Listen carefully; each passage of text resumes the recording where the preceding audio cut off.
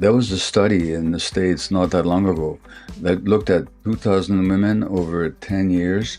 Those women that were unhappily married and didn't talk about it were 4 times as likely to die as those women who were unhappily married and did express their emotions. So the issue wasn't happiness or unhappiness. The issue was, did they express it? Because the immune system is connected to the emotions.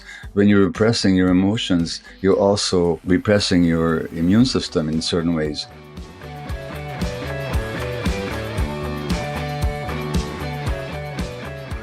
Gabor, welcome. Nice to be with you. Thank you. It's so great to have you. As I mentioned before we hit record, such an honor and privilege to have you on the show. You are a living legend. And, as I was mentioning, my old friend Lissa Rankin, who we've had on the show multiple times, speaks so highly of you. So it's just so great to have you. Thank you.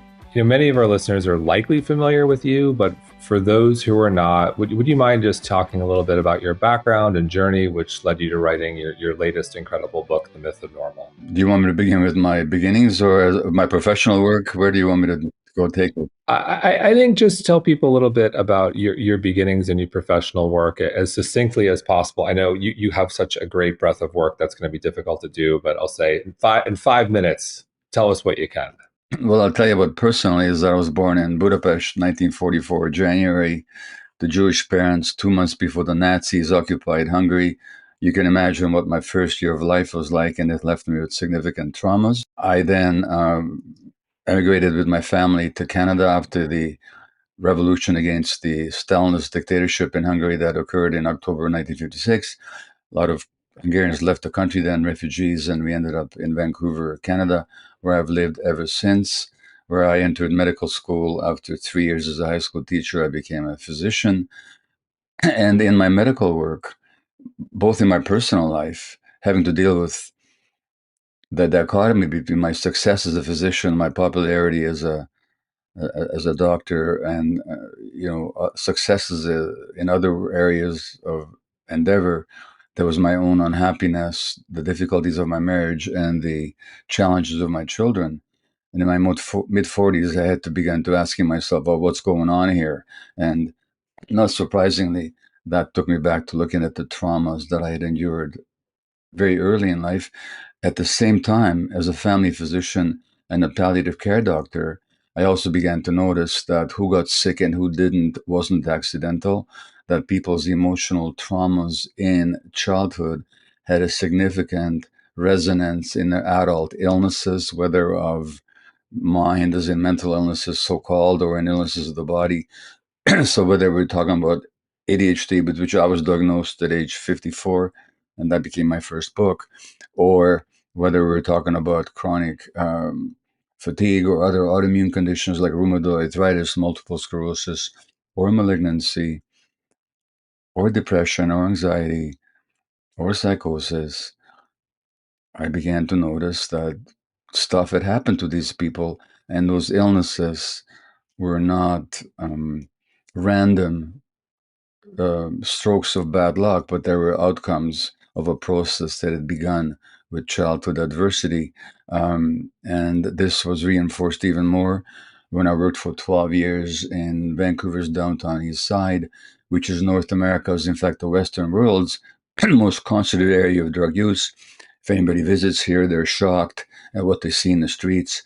Thousands of people injecting and using drugs of all kinds. I worked there for 12 years. Again, the connection between trauma and addiction became inescapable in my experience and observation.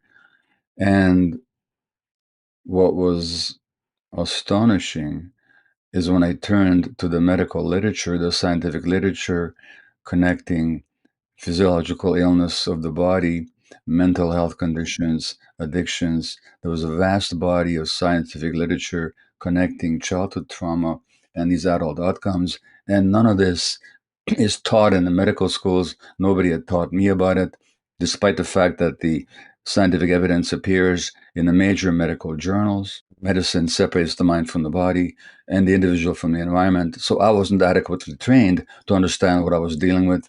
But once my eyes began to open because of my own stuff that I had to deal with and what I saw my clients live with and die with, the link between childhood experience and adult outcomes became inextricably clear, and that has been proven by 100 years of scientific research, one more time, published in major scientific and medical journals, and yet it flies under the medical practice radar. That's a summary. Well done. There's a lot to unpack there. And so, with regards to childhood trauma, there's a spectrum of trauma, big T and little t, as you talk about in the book. Can you walk us through big T, specifically what you experienced as a child, and then also talk about little t as well and what that looks like?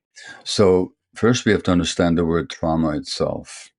And trauma doesn't just mean bad things happening to you. It's actually not what happens to you or what happens inside you. The word trauma comes from a Greek word for wound or wounding. So trauma is a wound. It's a psychological wound that you sustain or that persists and leaves an imprint in your mind and in your body and on your functioning. So trauma is a wound. Now, the big T traumas are the ones that people usually identify as traumatic, such as a war, a tsunami, um, the death of a parent, physical, sexual, emotional abuse, a parent dying, a parent being mentally ill, a parent being addicted, violence in a family, a parent being jailed, any major separation from a parent, um, a rancorous divorce, neglect. These are what have been called the big T traumas, and they certainly wound kids, and kids sustain wounds, psychological wounds. As a result, those wounds then show up in their functioning and in their health later on in life. But that's not the only way you can wound kids. You can also wound kids in ways that are very common and normal in this society, and that's part of the reason for my title of the book, The Myth of Normal, because it is normal, for example, in this culture to tell parents not to pick up a crying child. Well, we're not talking about abuse. We're not talking about lack of love. We're talking about a child's needs being ignored. The child, the infant, has a need to be held. You tell a mother gorilla not to pick up their distressed infant. You tell a mother dog or bear to ignore the distress of the infant. But we're telling parents to let their kids cry it out and go back to sleep on their own. We've been telling this for 100 years. The child doesn't need to be picked up because the child doesn't need to be held. That's an emotional, physiological need of the child.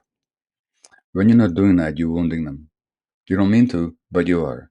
So the small T traumas are not the big things that happened that shouldn't have, but the small things that should have happened but didn't. So human children are born with certain inalienable needs. When I say inalienable needs, I mean needs that evolution programmed into us as creatures. Every creature, every being, plant or animal, enters this world with certain needs. If those needs are met, development will be healthy. If they're not, it won't be. If a plant doesn't get enough water, it will not be healthy. If it doesn't get enough sunlight, it won't be healthy. Children are also born with certain needs dictated by evolution. And these are for unconditional attachment, connection, being held, received, accepted by the parents. They have a need not to have to work to make their relationship work. So there's nothing the child should have to do. They don't have to be pretty, compliant, smart, good, successful to make the relationship with the parent work. There's nothing they should have to do to make the relationship work, and nothing they should be able to do to break their relationship. That's the second essential need of healthy human development. The third essential human need of children, or a need of human children, is the capacity to experience all their emotions, all their emotions. Now, our brains are wired scientifically, neuroscientifically studied for certain emotional experiences: love, anger, curiosity, lust, fear, grief. These are all essential emotions that human brains are wired for.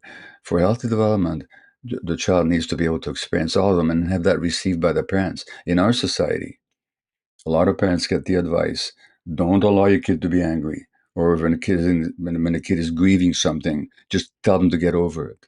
This happens all the time.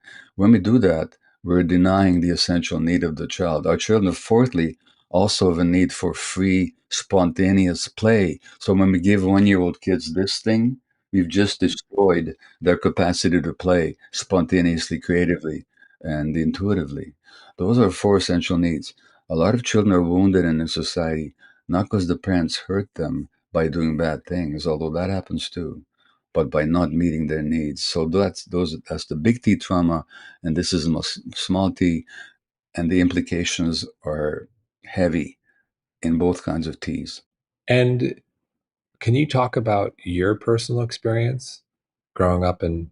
Well, so my experience was that I was 2 months of age when the Nazis occupied Hungary. When I was 5 months of age, my grandparents were transported and murdered in Auschwitz. And my mother and I came near to suffering the same fate. So you can imagine her terror and her grief and the stress she was under. My father was away in forced labor. She didn't know if he was dead or alive. This was my first year. And when I was 11 months old, to save my life, she handed me to a complete stranger in the street of Budapest and asked her to take me to a place of relative refuge because I would not have survived under the conditions that she had to live under. So I had this major trauma of abandonment. Of course, she wasn't abandoning me, she was saving my life. But the infant can only experience it as abandonment. And that sense of abandonment, then, who gets abandoned? Somebody who's not worth it, somebody who's not good enough, somebody who's not important. So my wound is not that my mother gave me to the stranger.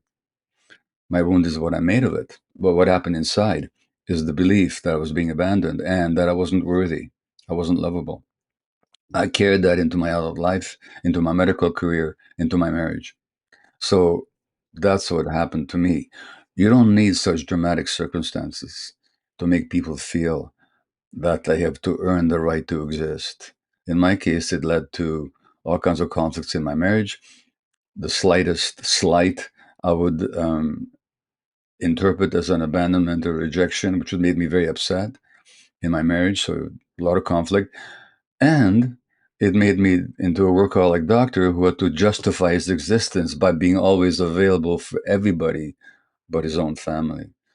So that my workaholism, which came out of my need to prove the value of my existence, which came out of my 1 year old experience, made me very successful in this world, very high respected and well paid. And it made me ignore my own children because, of course, when the beeper went, I was out of the house. So, this is how trauma is passed on from one generation to the next, not intentionally, by the most loving parents, because we can't help it until we deal with it ourselves.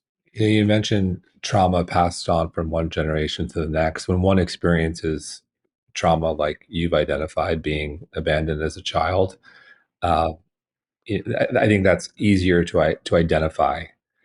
Whereas generational trauma, if there's trauma passed down from my grandfather, who passed away before I was born, a little more difficult to identify. How does one go about that process and identifying the generational trauma that's been passed down? Let me just say that 95% of trauma is multi generational.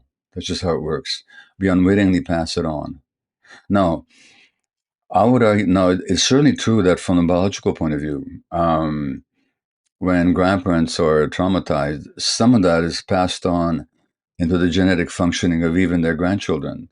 Not their genes as such, but how those genes are triggered or not triggered, how they come activated or how they don't. So that's called epigenetics. But that's just an emerging field. They're only beginning to understand it now.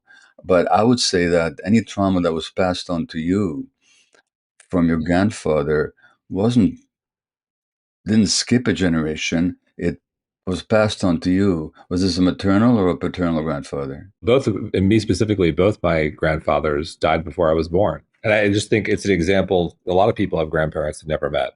I would say that whatever was passed on to you happened through your parents and through your parents' experience in life, which they hadn't quite resolved by the time they had you. That's how I would say that the multi-generation is passed on. And a lot of, sometimes, Jason, people tell me, I had a perfectly happy childhood, and that usually takes me about 3 minutes to sort that one out. So, Well, it does bring the point, I think, if one does the work, Hmm. they can identify the trauma in their own life. But I think it becomes a lot more difficult when you're trying to identify the potential trauma in a parent or a grandparent who maybe is not open to doing the work or hasn't shared the trauma. And if you're saying 95% trauma is passed down, I'm just trying to give people an idea of what they can do to understand that, to do the necessary Yeah. work. Well, so I think the more people understand their own traumas, the more see with clear eyes the traumas of others. So here's the point about trauma. Recall what I said. Trauma is not what happened to you, it's what happened inside you. So trauma is the wound. Trauma is not the event, it's the wound that you're carrying. That means you're carrying into the present. It's an unhealed wound, is what it is. And so that trauma doesn't have to be recalled as such always because it's always remembered. So there's a difference between recall and remembering. Recall is conscious. I can recall what I had for breakfast.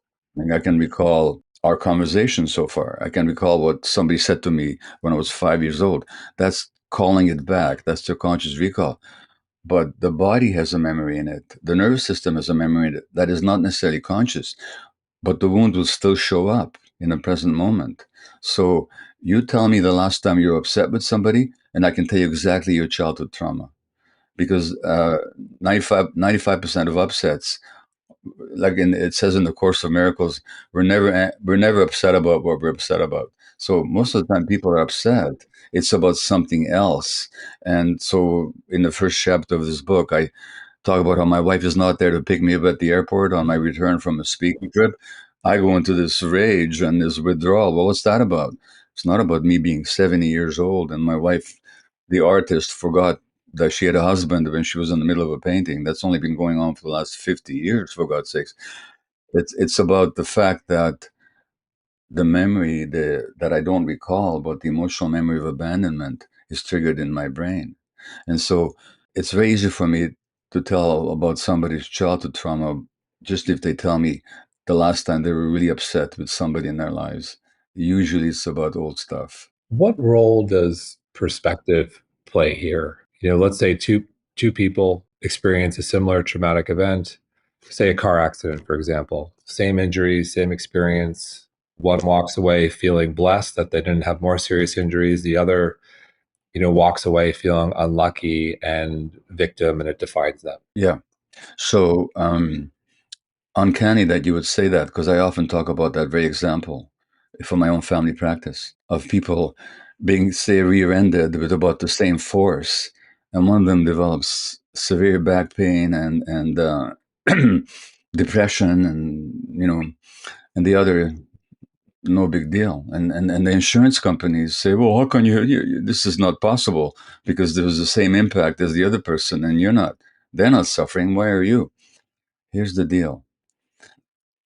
Trauma is, again, not what happens to you. It's what happens inside you as a result. So when you said the same traumatic event happened to the both of them, no, it didn't. They both had a car accident. One was traumatized, the other wasn't. Now, what's the difference? Here's what I found in family practice.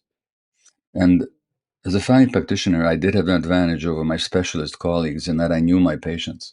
I knew their family histories. I knew their backgrounds. I knew them as individuals. Two people get rear-ended with the same force, okay? One of them had childhood trauma. Let's say they were abused, okay? The other didn't. The car accident and the abuse have something in common. The child did nothing to bring it on. They couldn't have foreseen it, and they couldn't have protected themselves against it. That's the same with the car accident. Do you see the similarity? Number one. Number two, the person who's traumatized tends to carry themselves more stiffly, more in a defensive mode.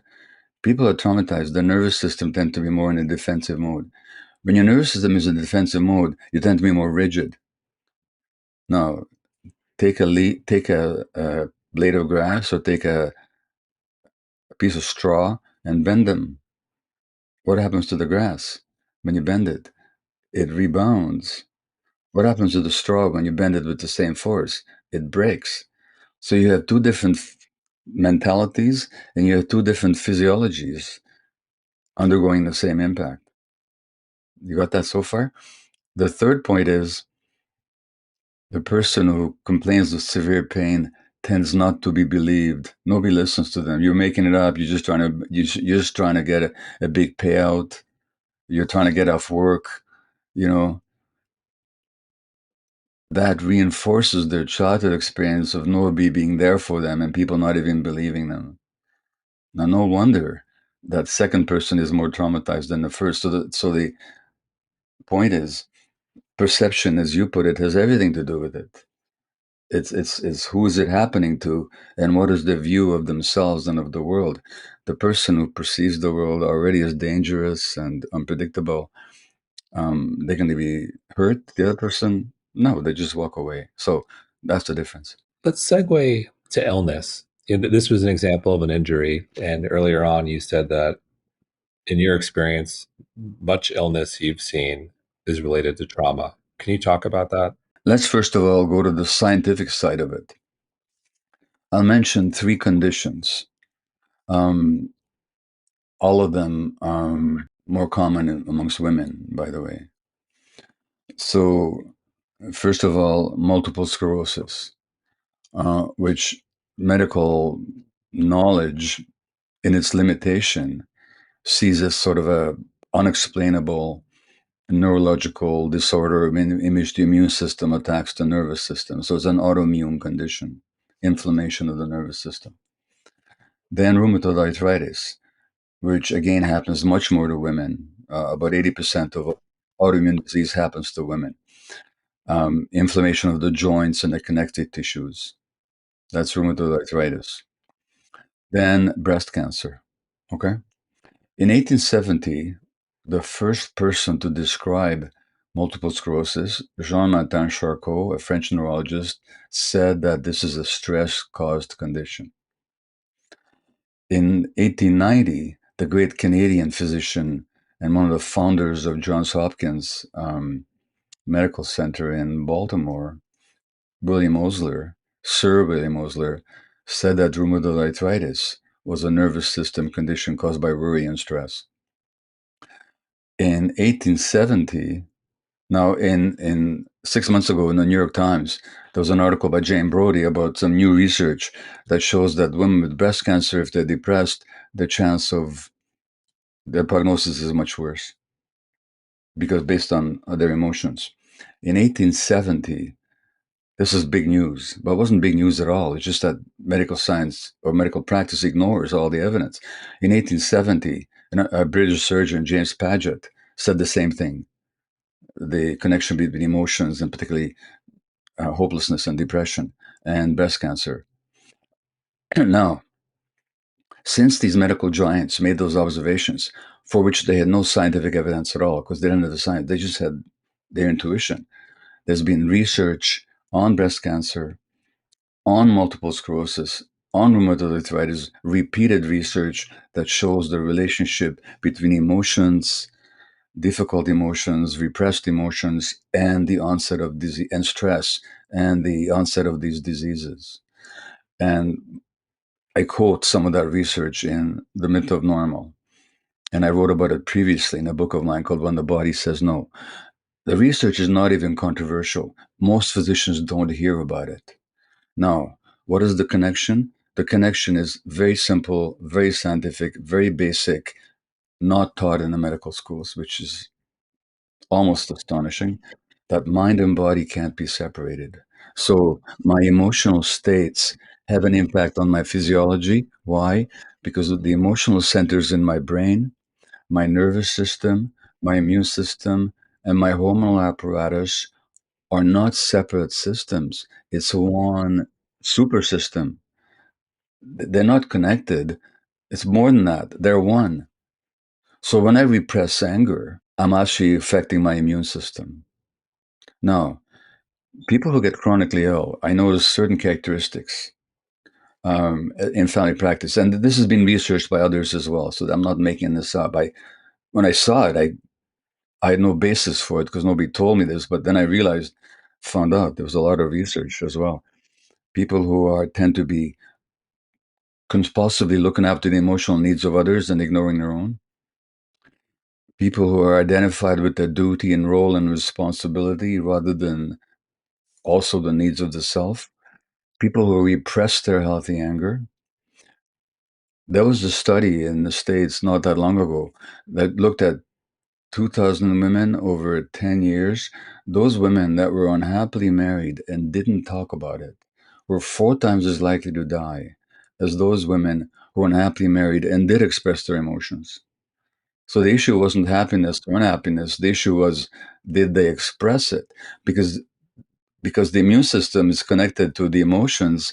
When you're repressing your emotions, you're also repressing your immune system in certain ways. Now, the final characteristic is people who believe that A, they're responsible for other people feel, and B, they must never disappoint anybody.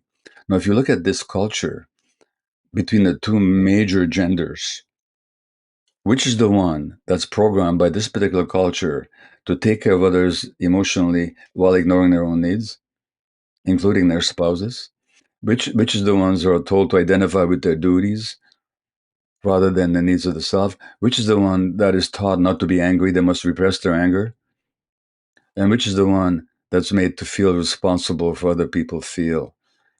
It's not exclusive to women, but by and large, it is women. And so that's why there's more autoimmune disease amongst women. And the more stress and the more social oppression people experience, the greater the risk for all these conditions. So women of color are even more likely to have autoimmune disease than Caucasian women. And in Canada, where I live, Indigenous women have 6 times the rate of rheumatoid arthritis than that of somebody else. 6 times. This is in a population that never used to have autoimmune disease at all. So, what we're talking about is that emotions can't be separated from your physiology. You cannot be separated from your environment. And that means when you have an illness, that's not just a manifestation of pathology in a particular organ in an isolated body, but it's a manifestation of a lifelong process of a life that grew up in a certain environment, in a certain culture, in certain relationships. So to understand the source of disease, you have to look way beyond the individual organ, individual body, and look at their social situation and their emotional dynamics. That's the message in a nutshell. And so, if trauma is similar to stress in that we all have varying degrees of it, whether it's big T or little t, and like stress, you can't eliminate it, but you can manage it. How do we all become better at managing our trauma? What does that look like in our day to day? Well, Justin, I wouldn't use the word manage, okay? Because I'm talking about resolving it, you know, so that it doesn't affect you the same way. So there, it's useful to learn stress management techniques, and there's a whole bunch of them out there, including mindfulness and so on. But I'm interested in something deeper than that, which is healing the trauma and resolving that. Now, for example, to go back to my disease-prone personality, those 4 traits that I outlined, it's a big word missing from all of those. You know what that big word is? No. People have trouble saying no. So in this book, now, why do they have trouble saying no? Really interesting question. Because you got children, you told me before we began the recording. How old are they now?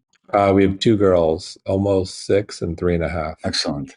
Um, what's the word they started using at age 1.5? Oh, of course, it was no. Exactly. Now, why does nature do that?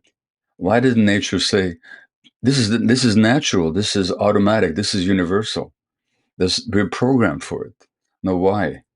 Because wouldn't it be much more pleasant if nature had told the kid to say yes instead? Hey, time to put your shoes on. Yes. Time for supper. Yes. No, it's no. Why is that? It's because nature's agenda is that we should all develop into independent human beings with our own sense of what we want and what we don't want, our own sets of values, our own sets of perspective on the world, our own desires. And in other words, nature wants to set a boundary between ourselves and other people's will. Otherwise, we never become independent. So nature's agenda is independence, actually. And if we don't know how to say no, our yeses don't mean anything at all. You live in Miami. You told me if I come to Miami, invite you for coffee, and you don't know how to say no, you're going to say yes automatically. The yes doesn't mean a thing. It doesn't mean you really want to be with me. You might not even like me, but you don't know how to say no. You come to Miami, invite me for coffee. I'm definitely I coming. got that one. But what if? But your yes is only meaningful if you know how to say no. You get that? Of Yeah. course. Yes, Okay. of course. So, what's the impact on you if you don't want to come to have coffee with me because you're tired or really busy or stressed about something? And if I invite you to a coffee and you don't say no, what's the impact on you afterwards? Sure, you get upset. You go into that meeting, but you're a little bit upset. You're upset with yourself that you said yes, and then you're not fully present, and maybe you're short. Maybe you're angry on the drive Yeah, over, you're and you come you're up. resentful. Yeah, All that has physiological impacts on your body. These aren't just thoughts in the head. These are bodily experiences. And furthermore, you'll be tired afterwards because you're already tired to start with. And now you make yourself more tired. So not saying no has impacts on you. So why do people have trouble saying no? Here's the big question, because they began life by saying no. So what happened? What happened is they got their message early in childhood that in order to be acceptable to their parents, they have to be compliant. They have to suppress their own will, their own needs, their own perspective, and they have to just serve others. That's a very simplification of what I call the tension between attachment, our need to connect, and authenticity, our need to be ourselves. So that's what happens to a lot of people. So people that don't know how to say no, and they tend to be not exclusively, but largely women in the society, in order to, they learned in childhood that they mustn't be their authentic selves in order to be acceptable. And all their lives, now they have trouble saying no. If I have trouble saying no, that's going to be very stressful for them. So my intention is not just to manage the stress, but prevent it by teaching people to say no. For example, I have no. I say no all the time, so maybe I've got another issue there. well, Uh, there, well, there is two kinds of no. There's the authentic, responsive no that says no, I'm considered this, and this is not me. I don't want to do it. Then there's the automatic no, which is just a exaggeration of that 1.5 year old's automatic resistance. You tell me which one you've got. Maybe you've got. I've got the authentic one. It's taken work. No, I've had the other. I've had the other one quite a bit in my life. So have I. It's taken work. It's been a process. I am a work in progress. Of course, we all are. We're all on a journey. You're never done. And so we started talking about parenting and kids, and something else you've talked about in previous work, the influence of peer groups and this idea of holding your children close. Can you talk a bit about that? The subtitle of this book is the myth and normal is trauma, illness, and healing in a toxic culture. And when I talk about the influence of peers on children, I'm talking about one of the toxicities of our culture. So, how we evolved as creatures, as human beings, was in small band hunter gatherer groups. So, for hundreds of thousands of years, before we became Homo sapien, and even after we became Homo sapien, about 150,000, 200,000 years, about 200,000 years ago, we lived in small band hunter gatherer groups, which meant that kids grew up around adults all the time. Everybody went everybody to get everywhere together. Children had multiple parenting figures in their lives. I mean, the biological parents would be the primary ones, but there'd be aunts, uncles, grandparents, friends, and children were held in this very securely maintained environment of a network of caregiving adults. That's how we evolved. That's our nature. Nature never intended us to live in nuclear family isolated bungalows where a single father, a single mother, or a single couple away from extended family is raising kids. So we're living in a very unnatural situation now. Now, what's the consequence? Children have a need to attach. Now, the need to attach is wired into our brain. Attachment means to be close to somebody for the purpose of taking care of them or to be taken care of by them. So children have this attachment need. They can't live without it. Even birds can't live without the attachment drive of the infant to connect to the parent and of the parent to connect to the infant. So we have this circuit in our brain for attachment. We can't live without it. But nature doesn't tell us who we should attach to. There's a good reason for it. See, if nature told your children to attach only to you and your spouse, what's the danger there? I think I don't know if they'd have any friends or be able to attach to a partner later on in life. And also, you might die. Even now, you might, you know, and that would leave them totally helpless. So we have the circuit to attach without any information as to who to attach to. It's the job of a community, of the culture, to make sure that children's attachments happen the way they're meant to happen. So when the duckling hatches from the egg, what do they see the mother duck? You know what that process is called? It's called imprinting. Imprinting means the duckling essentially says to themselves, this is the creature whom I'm relying for support, nurturing, guidance, protection, and help until I become an adult. That's imprinting as an attachment process. Now, as we know, if the duckling hatches with the mother duck absent, the duckling will still attach because their brains have to attach. But who will they attach to? They'll attach to anybody who's around. Could be a dog, a horse, or a mechanical toy, none of which are designed by nature to bring that duckling up to adulthood. The human brain is the same. The child's brain can't handle what is called an attachment void, an absence of attachment. Nature, nature assumes that the culture will take care of that attachment. That's how we evolved in these small band hunter groups. But in our society, 25% of American women have to go back to work within 2 weeks of giving birth. That's a major abandonment trauma for the child.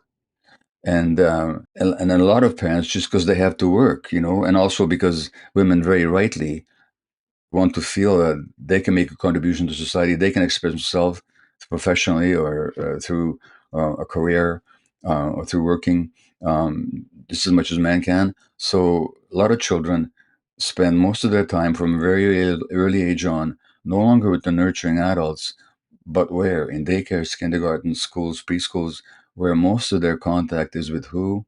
With other children. Now, their brains can't handle the attachment void. Now they have to fill the attachment void, just like the duckling, with whoever's around. Who's around are other kids, and our kids become attached to other kids.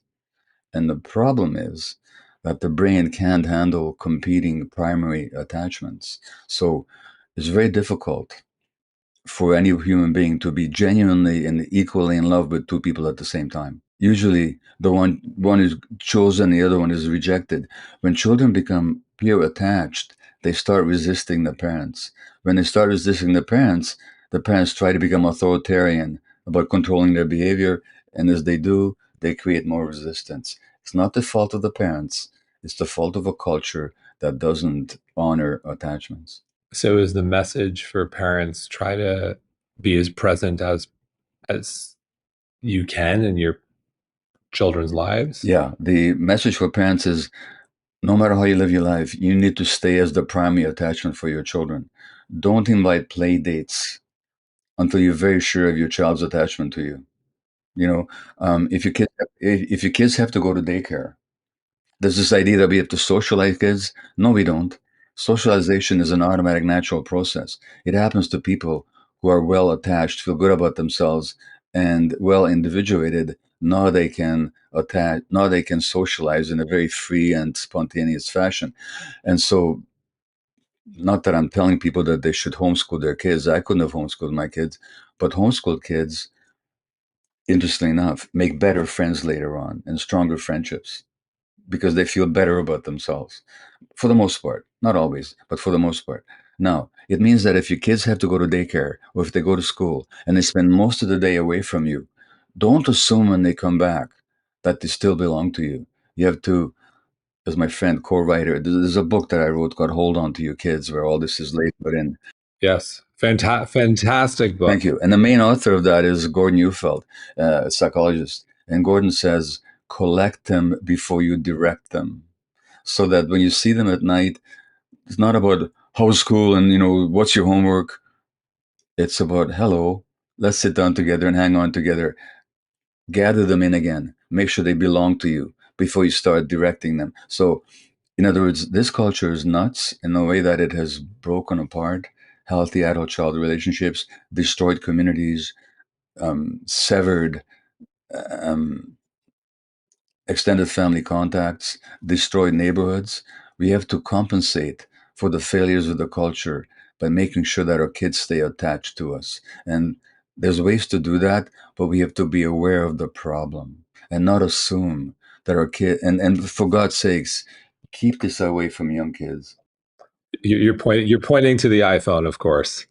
Keep it away from them because this iPhone and the computer technology connects kids to each other even when they're not with each other long before they're ready to handle it. So when are they ready to handle it? Is there a specific age? Look, it's there's no specific age so much as there's, and we do talk about this and hold on to your kids. We added two extra chapters just to deal with this, but it's like, when are you going to offer a kid a glass of wine? It's when they can handle it. you know so that may not be tied to a specific age. It's tied to their maturation. So when you have a good relationship with your child to the point where the child respects you and follows your guidance, now you're safe to expose them to the technology because you can regulate it. But if your child is not well connected to you, if your child is more connected to the peer group and you give them a computer, all they're going to do is deepen their relationship with the peer group. And you come into the room, they're going to hate you. And you try and peel them off the computer. It's like trying to look, I used to work with drug addicts and I used to have my own addictive behaviors. Trying to separate a kid from the computer once they become addicted is like separating an addict from their drug. So you mentioned multi-generational living, the power of real connection, what we've done to communities. It reminds me of one of my favorite studies, the Rosetto study. So the Rosetto I've study, heard the name, but I it was forgot it. in, Yeah. yeah, Lissa talked about it, Mind Over Medicine. So it was a small, close-knit Italian community in the 1950s, Rosetto, Oh, Pennsylvania. yeah. Multi-generational Where people living lived longer? was paramount. Yes, and Yeah. so they were very close Yeah. knit.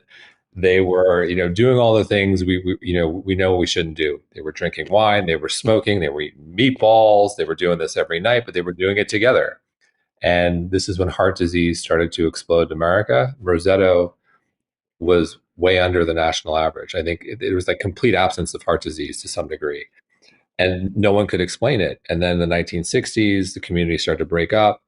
People moved away, ties became weaker, heart disease arrived in Rosetto. And to me, it speaks to everything you're talking about in terms of multi generational living, connection, and where we sit today. As I think about the culture we're living in and the trauma and the illness and all the things you talk about, I think about Rosetto. But that's why I call it a toxic culture, you see, because it actually makes people sick. And if you look at the number of kids being diagnosed with all manner of so-called mental health conditions, ADHD, so-called oppositional defiant disorder, um, anxiety, depression, the number of kids killing themselves, suiciding is going up in the United States. The number of overdoses in the U.S. last year exceeded 100,000 people. The U.S. lost more people, almost as many people, to overdoses in one year as they had lost in all the Iraq, Afghan, and Vietnam wars put together. Women's ratio of multiple sclerosis, when in the 1930s it used to be about one man for every woman, almost. Now it's 3.5 women to every man. The rates of autoimmune diseases are going up. So this is it's something like 70% of American adults are at least on one medication. 40% are on two medications. We're talking about a toxic culture. Unless we think that these are all individual and genetically determined misfortunes or random misfortunes, we have to look at the conditions that is driving all this pathology. And I'm telling you how we're living, the values that we're living by, the way parents are taught to raise their kids, the way kids are schooled. Look, um, there was a last week, 2 weeks ago, Elon Musk acquired Twitter. First thing he did was fire 7,500 people, just like that. There was a report in the British Guardian a few days ago. Some in the United States, some furniture and building factory fired 2,500 people while they were sleeping. They sent them texts just before Thanksgiving. They sent them a text saying, "You're fired. Don't even come into work until we make sure that security is okay." Now, when you look at what stresses people scientifically, what creates physiological stress for people are insecurity, lack of information, uncertainty, conflict, and lack of control. And in society, those are rampant. Unemployment and the loss of a job isn't just an economic hardship, it's also a blow to your physiology. And we know that people who are chronically unemployed have more heart disease, for example. So uh, we can't separate the mind from the body, the individual from the environment. We are what has been called biopsychosocial creatures, which means that our biology is dependent on our psychological states, and that depends on our social relationship with others.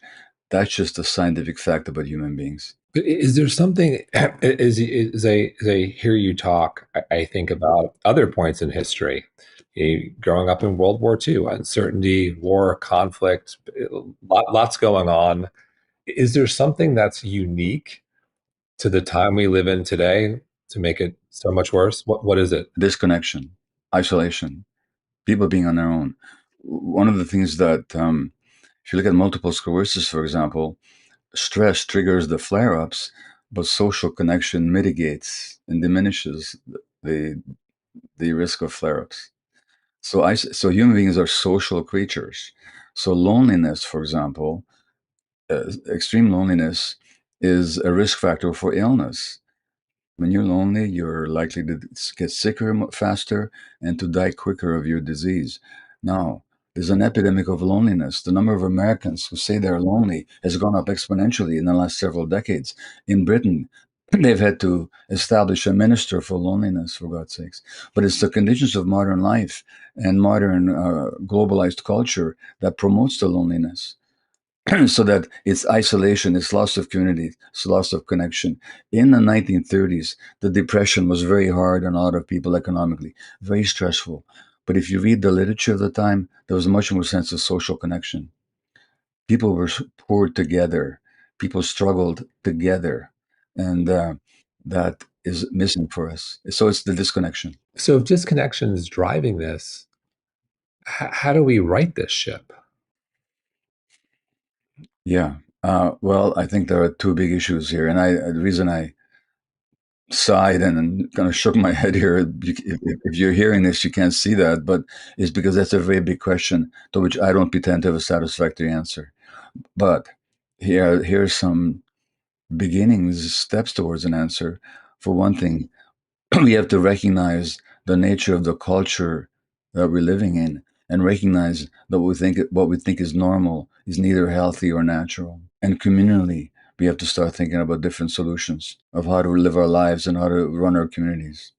We have to use the technologies that we have to connect with each other. Modern communication technology has all kinds of terrible consequences, but it has certainly made possible communication amongst mature adults.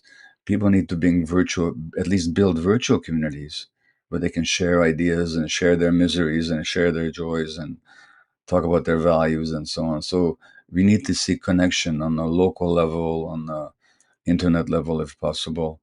Um, we have to actually bring trauma awareness. I make very simple suggestions in the last chapter of the book.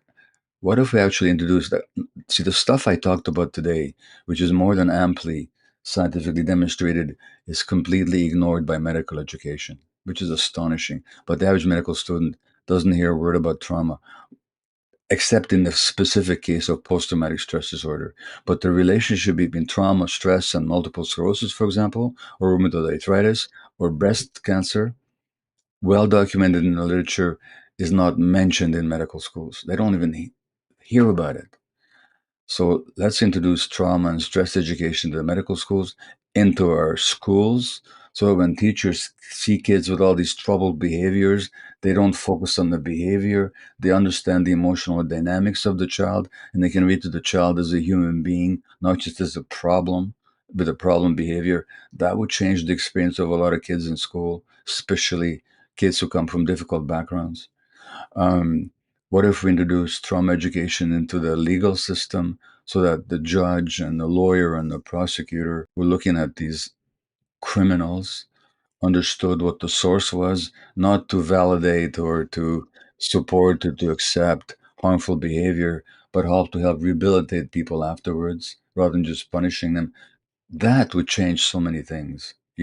On the individual level, we need to look at what was our childhood programming, to what extent am I living a life that expresses who I am, where I'm free to say what I think and what I feel, and to what extent do I suppress myself to satiate or to propitiate others, to make them accept me, to be nice.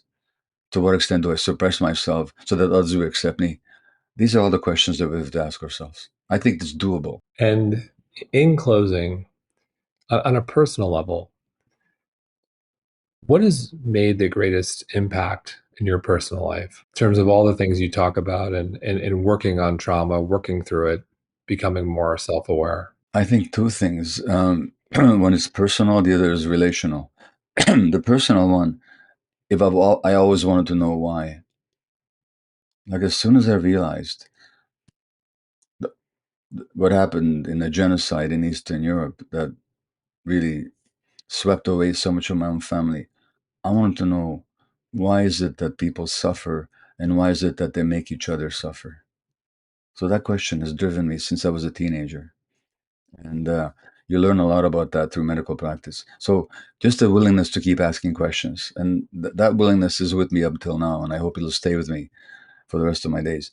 On the personal level, yes, I've done emotional healing work. I've also taught it to others and guided others, many others.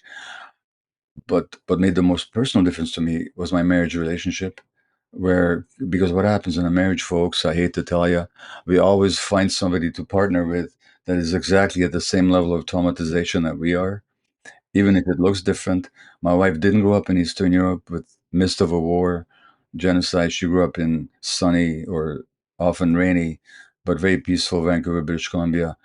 But the level of trauma, although the externals look quite different, was at the same degree as mine.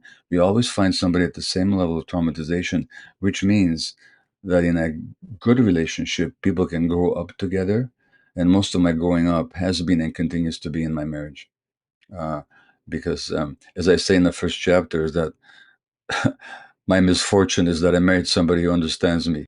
She doesn't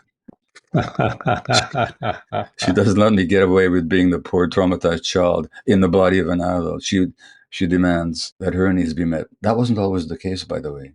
There was a period in my life when my wife really suppressed herself. She suffered. And then she learned, nah, not anymore. Now I had to either keep up with her or say goodbye. I'd rather prefer to keep up with her. And so the marriage relationship, I think, is a wonderful opportunity if both are willing to heal trauma and to grow up together. Well said, Gabor. Thank you so much. My pleasure. Thank you.